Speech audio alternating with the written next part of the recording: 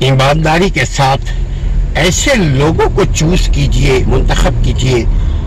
اپنا ووٹ ایسے لوگوں کو دیجئے جن کا ریکٹ صاف ہو، جو اپنی ذات کے ساتھ انصاف کرتے ہوں، جن کی پارٹی میں جمہوریت ہو۔ وہ جمہوریت کی بات کرتے ہیں آپ سے کہ ہمیں ووٹ دو۔ اگر ان سے یہ سوال کر لیں کہ آپ کی پارٹی جو ہے، جو اس پارٹی کو کہ آپ ہیڈ ہیں، آپ سے پہلے آپ کا باپ تھا، اس سے پہلے اس کی ماں تھی، اس سے پہلے اس کا باپ تھا، یعنی یہ سیاسی پارٹی نہ ہو گئی، یہ ذاتی پارٹی ہو گئی، یہ نجی کاروبار ہو گیا۔ تو جو لوگ اس قسم کے لوگوں کو ووٹ دیتے ہیں، وہ جان بوجھ کر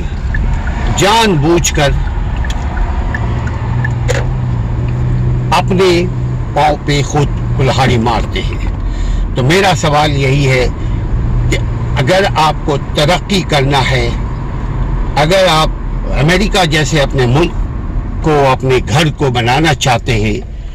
دنیاوی ترقی کی میں بات کر رہا ہوں، میں اخروی زندگی کی بات نہیں، وہ تو آپ کہیں پہ بھی رہ کر کے دین کی خدمت کر سکتے ہیں۔ ابھی کوئی بھی خالص اسلامی ریاست نہیں ہے کہ ہجرت نہیں کر سکتے، آپ یقیناً مائیگریٹ کر سکتے ہیں ایک جگہ سے دوسری جگہ، لیکن میرا صرف مدوانہ گزارش یہی ہے کہ ایسے لوگوں کو ووٹ دیجئے جو لوگ اپنی ذات کے ساتھ، اپنے پارٹی کے ساتھ انصاف کر سکے۔ جو پارٹی میں انصاف نہیں کرتے، جو اپنے ذات میں انصاف نہیں کرتے، جن کی پارٹی کے اندر جمہوریت نہیں ہے، اور وہ آپ سے جمہوریت کے نام پر ووٹ مانگتے ہیں، اس کا مطلب یہ ہے کہ بھائی وہ آپ سے جھوٹ بول رہے ہیں، آپ سے جھوٹ بول رہے ہیں، اور آپ اس کے جھوٹ میں آ رہے ہیں۔ صحیح طریقے سے اپنے ووٹ کا استعمال کیجئے۔ ٹھیک ہے، آج آپ کے ووٹ کا استعمال نہیں ہو پا رہا ہے، وجہ یہ ہے کہ آپ کی اہمیت نہیں ہے کوئی، چونکہ بہت عرصہ ہو گیا آپ کو استعمال کرتے تھے، آپ کوئی اہمیت نہیں ہے، لیکن یہ کب تک رہے گا؟ آپ اپنے حساب سے اپنی زندگی کو سنواریے، آپ